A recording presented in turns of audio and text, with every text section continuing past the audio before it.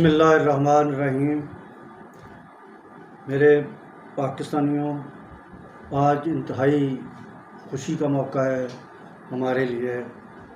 آج 28 مئی ہے، جس دن پاکستان نے ہندوستان کے 5 ایٹمی دھماکوں کے مقابلے میں 6 دھماکے کر کے اپنی برتری ثابت کر دی۔ میں اس ویلاگ میں تھوڑی سی ہسٹری بیان کرنا چاہ رہا ہوں تھوڑے سے وقت میں کہ بھئی کس طرح یہ ایٹم بم کی ہسٹری کیا ہے اور اس میں کس کس کی جدوجہد ہے، کس کس کی سٹرگل ہے۔ مطلب اگر ہم آج ان کے نام نہ لیں تو یہ بھی ناانصافی ہے۔ جن جن لوگوں نے حصہ ڈالا، جن حکمرانوں نے اس میں اپنی محنت کی، اور وہ کسی سے ڈرے نہیں، باہر کی طاقتوں سے بھی نہیں ڈرے، لیکن انہوں نے اپنا یہ مشن جاری رکھا۔ تو آج میری ریکویسٹ ہوگی، ایک تو اپنے تمام جو بھی میرے ساتھی دیکھتے ہیں میرا ویلاگ، تو وہ ضرور اس کو سبسکرائب چینل کو ضرور کیجیے گا، تاکہ میں کیونکہ سیاسی بھی بناتا ہوتا ہوں پاکستان کے اوپر بھی، تو وہ آپ کو ڈائریکٹلی ملتے رہیں۔ تو میں شروع کرتا ہوں کہ جب 1971 کی جنگ میں ہندوستان نے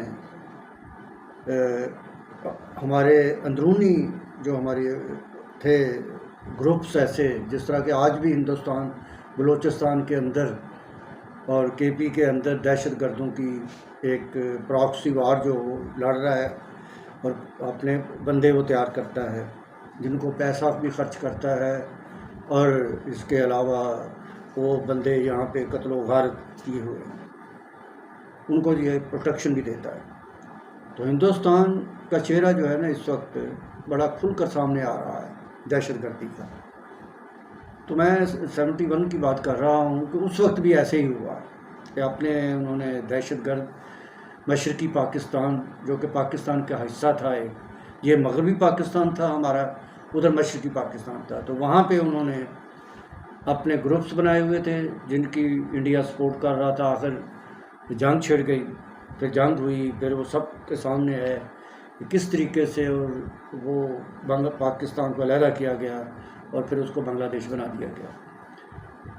اور اس طرف مغربی پاکستان، جو کہ پاکستان کا بقیہ ایک حصہ رہ گیا تھا، وہاں کے اس وقت وزیر اعظم بنے، پہلے وہ پریزیڈنٹ پاکستان بنے ذوالفقار علی بھٹو مرحوم، پھر بعد میں وہ پرائم منسٹر بنے، اور ایک اسمبلی بنی اور جس میں 73 کا آئین بھی پاس ہوا، اور یہ بے شک کریڈٹ جو ہے یہ ذوالفقار علی بھٹو مرحوم کو جاتا ہے۔ اب ان دنوں جب انڈیا پورے دنیا میں ایک سپر پاور بن کے سامنے آ رہا تھا، تو ذوالفقار علی بھٹو جو نڈر بھی تھے، انہوں نے اعلان کیا کہ پاکستان ایٹم بم بنائے گا، اور بڑی دلیری سے کیا۔ ان کو ادھر ادھر سے بڑے ملکوں کی طرف سے، بڑی طاقتوں کی طرف سے پریشر بھی تھا، لیکن انہوں نے کہا کہ نہیں، پاکستان ہم گھاس کھا لیں گے لیکن ہم ایٹم بم بنائیں گے، تاکہ دنیا میں ہمارا ایک نام ہو اور دنیا میں ہمیں فاتح قوم کی طرح پکارا جائے۔ تو یہ ذوالفقار علی بھٹو صاحب، پھر ڈاکٹر قدیر اس وقت باہر ہوتے تھے، باہر کسی ادارے میں اپنی سروسز دے رہے تھے، ان کو لایا گیا یہاں پہ پاکستان میں۔ تو یہاں پہ اور بھی سائنٹسٹ تھے جن کے ساتھ مل کر ڈاکٹر قدیر صاحب نے یہ کام شروع کیا ایٹم بم بنانے کا۔ ان کی سربراہی میں سائنسدانوں نے کام کیا، اور باقی سائنسدانوں کا بھی اس میں کریڈٹ ہے، جنہوں نے اتنی محنت کر کے یہ بنایا، کسی ایک بندے کی محنت نہیں۔ پھر اس کے بعد ذوالفقار علی بھٹو صاحب کی گورنمنٹ ختم کر دی گئی، ضیاء الحق صاحب آ گئے، انہوں نے مارشل لا لگا دیا، لیکن وہ بھی ایٹم بم کے سلسلے میں ڈاکٹر قدیر صاحب کی ٹیم کو سپورٹ کرتے رہے۔ انہوں نے یہ نہیں کیا کہ بھی اس کو میں کلوز کروں یا پیچھے کر دوں، وہ بھی سپورٹ کرتے رہے، حالانکہ انہوں نے جمہوریت کو ختم کیا تھا اور مارشل لا لگا دیا تھا، ذوالفقار علی بھٹو مرحوم کو پھانسی بھی دے دی۔ بہرحال یہ کیونکہ ہمارا ٹاپک ہے ایٹم بم، تو وہ انہوں نے بہرحال روکا نہیں، وہ چلتا رہا سلسلہ اس کو بنانے کے لیے۔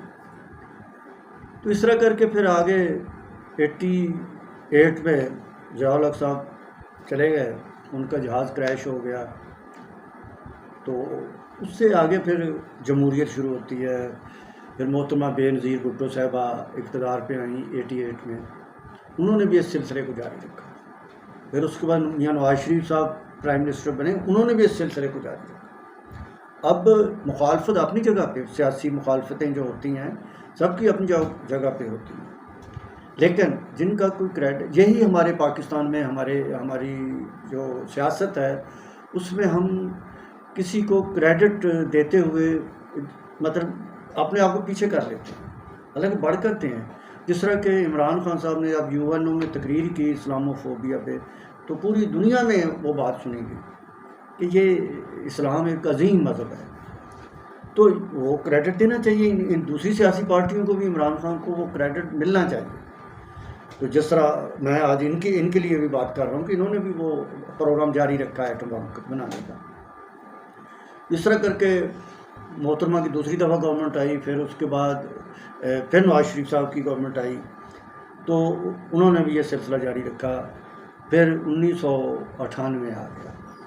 اس میں وقت ایک آیا کہ ہندوستان نے اپنے ایٹمی دھماکے کیے 5, اور پاکستان کے اوپر ایک دبدبا اور رعب ڈالنے کے لیے انہوں نے یہ کھلا ایک بدماشی کر کے دکھائی انہوں نے.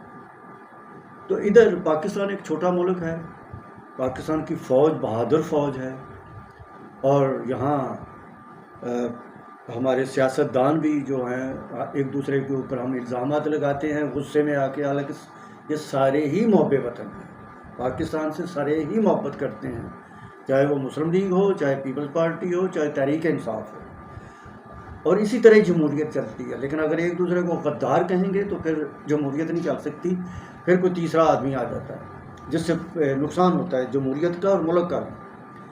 تو اس وقت میاں نواز شریف صاحب پرائم منسٹر تھے, ان کے اوپر بڑا پریشر تھا. ایون امریکہ نے بہت پریشر ڈالا کہ بھی آپ دھماکے نہ کریں, ہم اتنے پیسے بھی دیتے ہیں, پاکستان کی ہیلپ بھی کرتے ہیں. تو لیکن میاں نواز شریف صاحب نے ایک دلیری دکھائی اور اپنی کیبنٹ میں انہوں نے میٹنگز بھی کی. آخر انہوں نے اعلان کر دیا کہ نہیں, ہم 28 مئی 1998 کو یہ دھماکے ہم کریں گے. اور پھر یہ دھماکے پوری دنیا نے سنے تھے. انہوں نے 5 کی بجائے 6 دھماکے کیے, اور دنیا کو پتہ چلا کہ کس طریقے سے پاکستان نے ایک اپنے اس ملک کا جواب دیا جو ہمیشہ ہی پاکستان کے اندر دہشت گردی کرواتا ہے, بلوچستان کے اندر, KP کے اندر اور پنجاب کے اندر بھی, اور اپنے آپ کو دنیا میں یہ ظاہر کرتا ہے کہ ہندوستان بڑا پرامن ملک ہے. اگر وہ پرامن ملک ہو تو پاکستان کے اندر کیوں اس طرح کی دہشت گردی کرواتا ہے. دوبارہ یہ پھر ایٹمی دھماکے ہوئے آج کے دن 28 مئی ہے. آج پوری قوم کو مبارک ہو, اور انشاءاللہ تعالیٰ پاکستان, اور یہ مئی اتنا ہمارے لیے خوش قسمت مہینہ ہے کہ 10 مئی کو جو 22 اپریل سے جنگ کی دھمکیاں ہندوستان نے دی تھیں, انہوں نے یہاں پہ ہمارے شہریوں کے اوپر اٹیک کیے, ہماری مسجدوں کے اوپر اٹیک کیے. لیکن پاکستان نے جب 10 مئی کی صبح کو اٹیک کیا, ان کی جو ایئر بیس تھے ان کے اوپر اٹیک کیا, انہوں نے عام شہریوں کے اوپر نہیں اٹیک کیا. یہ مطلب ہماری فوج کی بہت بڑی, مطلب میں سمجھتا ہوں کہ ان کی ہمت ہے اور حوصلہ ہے کہ وہ شہریوں کے اوپر اٹیک نہیں کیا. انہوں نے اپنے شہریوں کا بدلہ نہیں لیا, لیکن ان کی جو ایٹمی جو ان کی ایئر بیس کی صلاحیت تھی وہ ختم کی, اور فوری طور پہ انڈیا نے جنگ بندی کے لیے امریکہ کی طرف رجوع کیا, اور امریکہ نے صدر ٹرمپ صاحب نے کہا کہ نہیں جنگ بندی ہونی چاہیے. تو یہ پہلے انڈیا نے رجوع کیا, تو 12 جنگ بندی ہوئی. اب یہ ہے کہ ڈاکٹر قدیر صاحب, میں کریڈٹ ان کو دینا چاہتا ہوں کہ ان کی مسلسل محنت تھی. انہوں نے محنت کی اپنے ساتھیوں کے ساتھ مل کر جو دوسرے سائنسدان تھے, اور اللہ تعالیٰ نے ان کو ہمت دی, اور آج پاکستان ایک ایٹمی طاقت ہے. میں سمجھتا ہوں کہ اللہ تعالیٰ, آپ بھی آج دعا کریں کہ ڈاکٹر قدیر صاحب اللہ تعالیٰ انہیں جنت میں اجر دے, جنت میں جگہ دے. ان کے کوئی کوتاہی ہوئی ہے, ان سے کوئی گناہ ہوا ہے تو اللہ تعالیٰ وہ معاف کرے, لیکن یہ کریڈٹ ان کا ہی کریڈٹ ہے کہ آج پاکستان ایک ایٹمی طاقت ہے. تو میں یہ بیان کرنا چاہ رہا تھا, اور میں چاہ رہا تھا کہ جن نے اس میں حصہ ڈالا ہے سب کو کریڈٹ جانا چاہیے. تو آپ بھی آج یہ سب کو ضرور یاد کریں اور سب کے لیے دعا کریں, اور خاص کر ڈاکٹر قدیر صاحب کے لیے ضرور دعا کریں. بس میں انہی الفاظ کے ساتھ اللہ حافظ کہتا ہوں. شکریہ.